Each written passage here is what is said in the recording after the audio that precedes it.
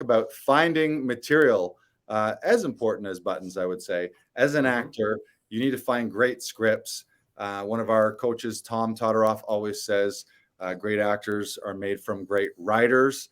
So you got to find great material that's really suited for you. And one of the projects that we're working on in conservatory right now is finding 1 minute stories, aka 1 minute monologues, but for showcasing, so that if you were in an elevator or in a showcase for agents and casting directors, can you in 1 minute tell a great story that presents everything that's unique to you as an actor, that plays a lot of love, plays a lot of humor, has some architecture, so there's a middle, there's a beginning, a middle, and an end, and showcases the best of what you want to put out there, all in the context of if a monologue is a first date, so not necessarily picking a monologue that you really love but doesn't have some of those things, like so we've been going through just material. So what we wanted to share today with actors is where to find a few online resources, but just how to think about when you're looking for material. And this is things that Brandon and I are still working on as well. So it's not like we're look at them, they know exactly where all the gold is. But I'll share with you what has been shared with us. And Brandon, I know you have some resources. And yeah, the cool thing is he thinks Tom's teaching with the monologues is, I mean, you always want to have a bunch, like he talks about having your 6 go-to just as rehearsal and just to get the muscles working and just to do the things that actors do. But what is the one that's like fits you like a glove, that you fucking love, that puts you out to the world, how you want to be seen? And there's some specific things. So like I'll give you an example. I was looking at a monologue that's a great monologue, but it was very political, or because it was from Newsroom. And there was another one that was kind of inspirational, but kind of negative, because it was it was a war speech, like out on battle. So it was all about death and explosions and dying and why we're fighting and why we're dying.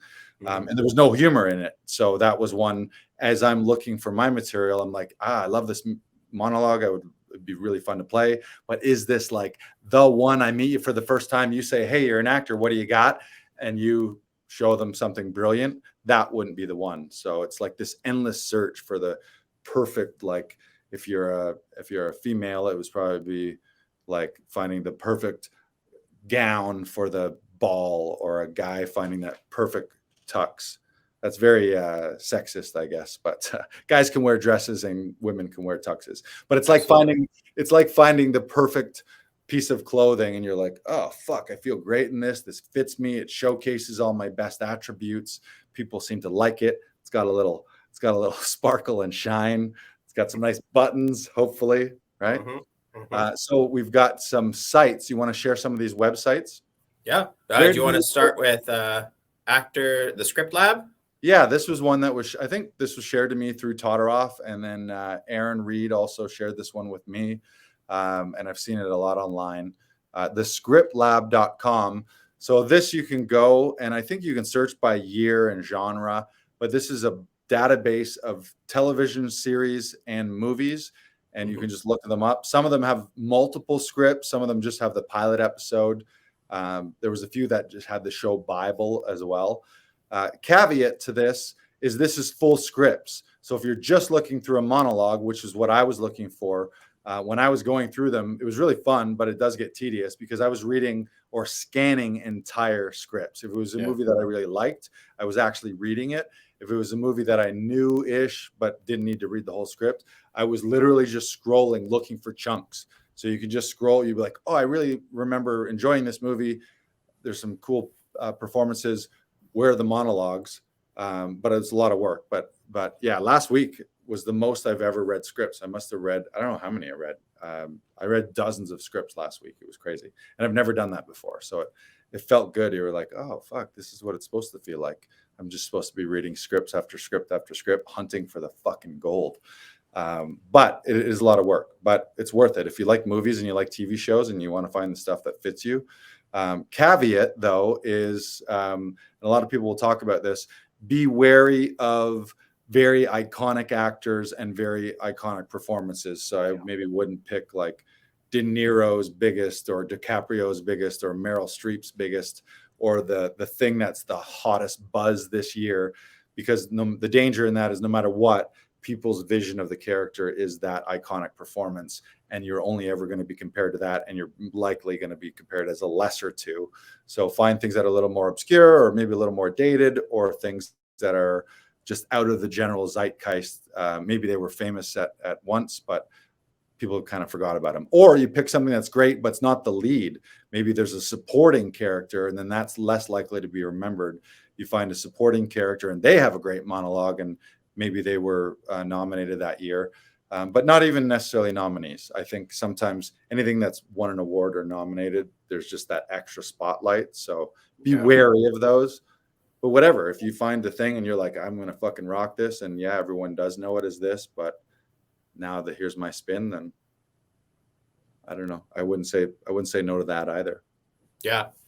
And like, really, it does come down to your personal preference and your personal attachment to it. Like, we're all going to find monologues that are different because we're different people. Right. And like, just because Lars and I might have the same monologue doesn't mean that we do it exactly the same. I mean, that's like, that's the point of auditioning, and that's the point of showcasing yourself, is seeing what. But I know there's some times where like I'll see someone perform a monologue and I'll be like, oh, well, I can't do that one because they did it. And it's like, no, you're allowed to do that. If it speaks to you, it speaks to you.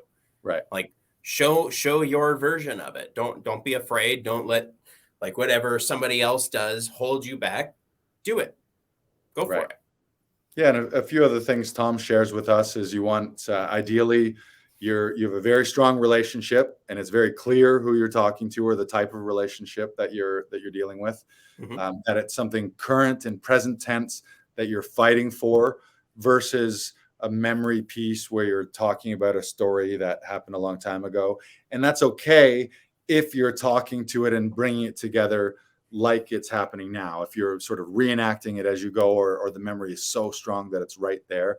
But again, beware of, oh, let me tell you a story about the time back when I was a kid, because that's it's just, you're not fighting for that. What are you laughing at? I just always remember the first time I met the director of the University of Windsor, where I did my conservatory program. The first time I met him was at an audition workshop for monologues. And it was my first time actually doing a full monologue. And I had edited it down and got ready to go and was about to perform for him. And someone had just gone up and he was like, oh, well, that was good. But you don't want to have a monologue with a story. You want to be fighting for something that's present in the moment. And he's like, okay, so why don't you go? Brandon, sure. Why don't you go? And I got up and I was like, you're not going to like my monologue. And he's like, well, I'm going to be the judge of that. Okay. And I was like, that's fine. I'm just telling you.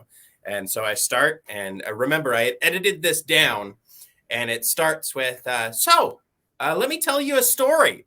And I can't remember the rest of it, but I knew that was the first line. And he was immediately laughing. So I set it up well, and I did eventually go to that school. And that's one of my favorite moments with him. Lionel Walsh.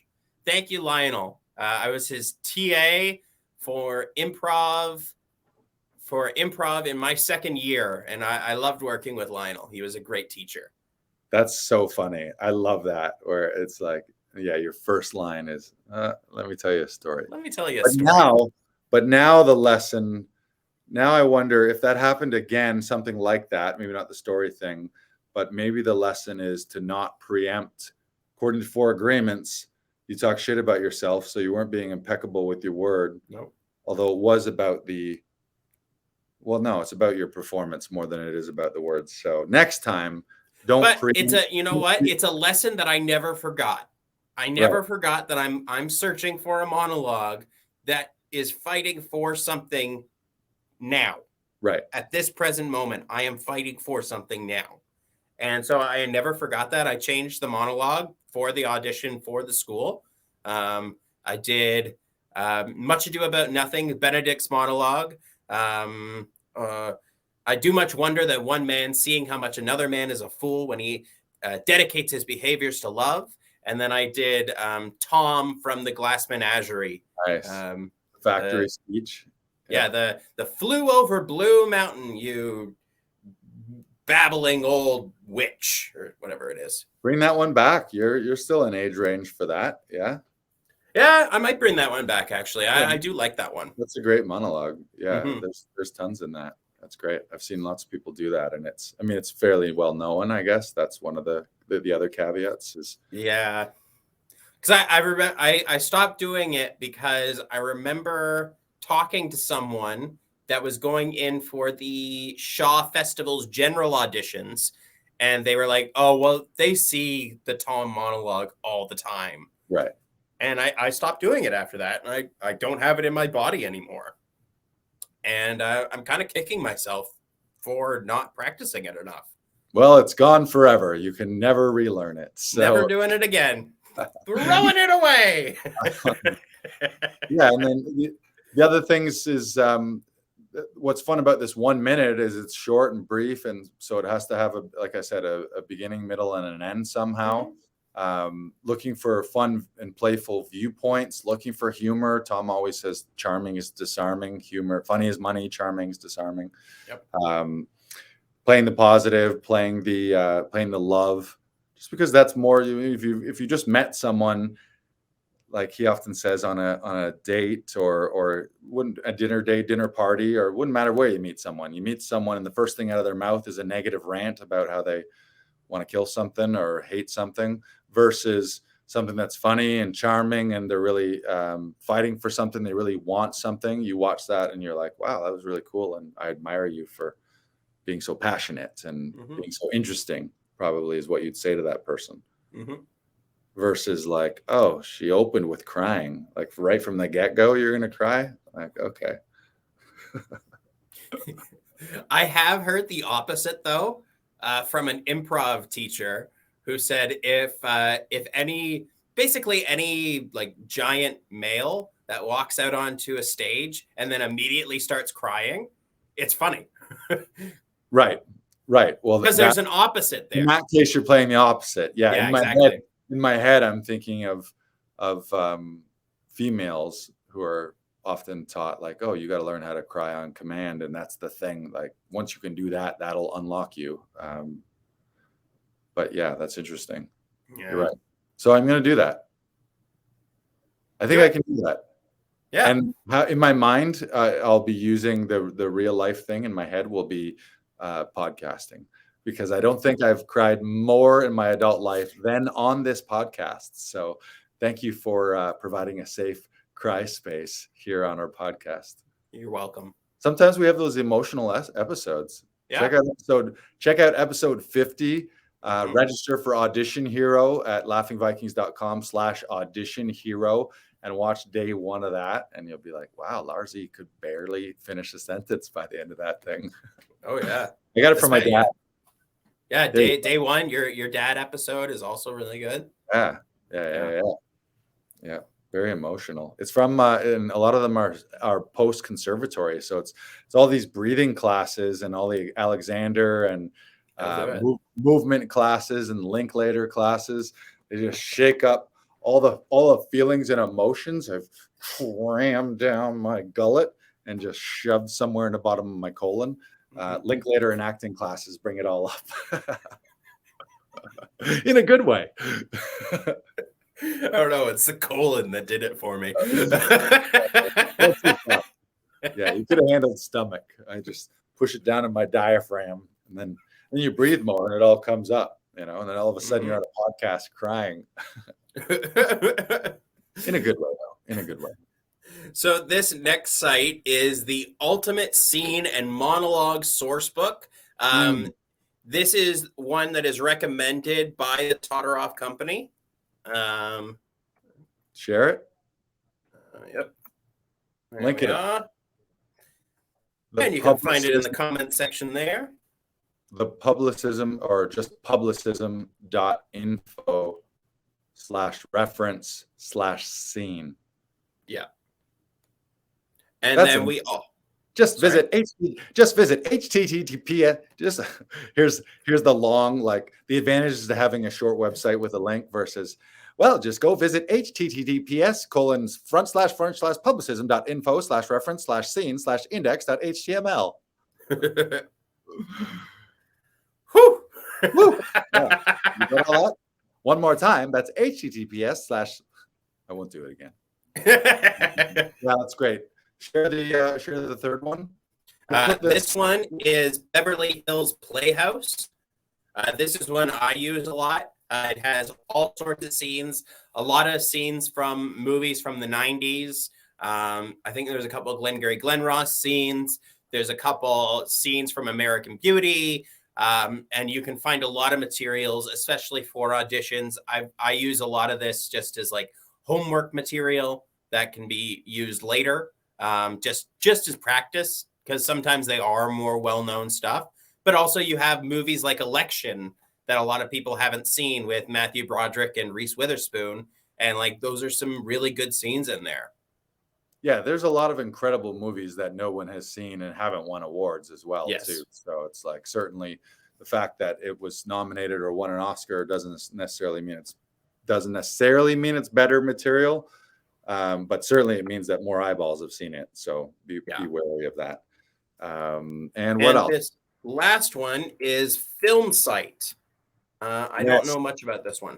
This one's amazing. I don't know why it brings up the big long thing there, but you actually only need www.filmsite, that's site.org/best speeches. I'm gonna say that one more time. www.filmsite.org/best speeches.html. Or you might find it if you go to filmsite.org, but I had to dig a little bit. This one's amazing because this you can catalog by year, by genre. I think I just started back at I went back to 1980 and just started there, and I think I'm up to 2010 right now. Ooh. And but it just pulls out the monologues and speeches, which is great. You don't have to scroll. Great. Yeah, you don't have to scroll through the entire script looking for big fat chunks. Side note, the other thing that you can do, especially in TV, if you find a great scene, I think we've talked about this before. If you do find a great scene, often you can just remove the other character's words, especially if your character has more words than theirs and they maybe had short answers, one-word answers. You can remove/edit and put that together. There's no sanctity in a TV episode monologue. Oh my God, you can only perform this. This is not what Aaron Sorkin wrote. I'm assuming, sorry, Mr. Sorkin, if I've bugged you, but you can put things together, or you can take the other character's line if it's absolutely necessary for the thing to make sense. You can take it and you say it as your character, or you rephrase it the way your character would say it. Mm-hmm. Or sometimes a blurb ends with a question, and then the other character's answer determines what you say next. You can just take that line, or sometimes not answer the question if it's something that you really like. So that's just another tip. And I found some good stuff like that where I'm like, ooh, this is great as a scene, but also can be finagled and tweaked to be a monologue if you wanted it to. Nice. Yeah, this one's awesome. And you just scroll through. You're just scrolling through, looking at TV show titles and movie titles, and then the handful, the half dozen character speeches that are in there. And it was great. It's exciting. It was really exciting. Way less tedious than reading the entire script, but reading an entire script is cool and a good exercise too. But if you want to just cut to the chase, as they say in the biz, this site is fucking great.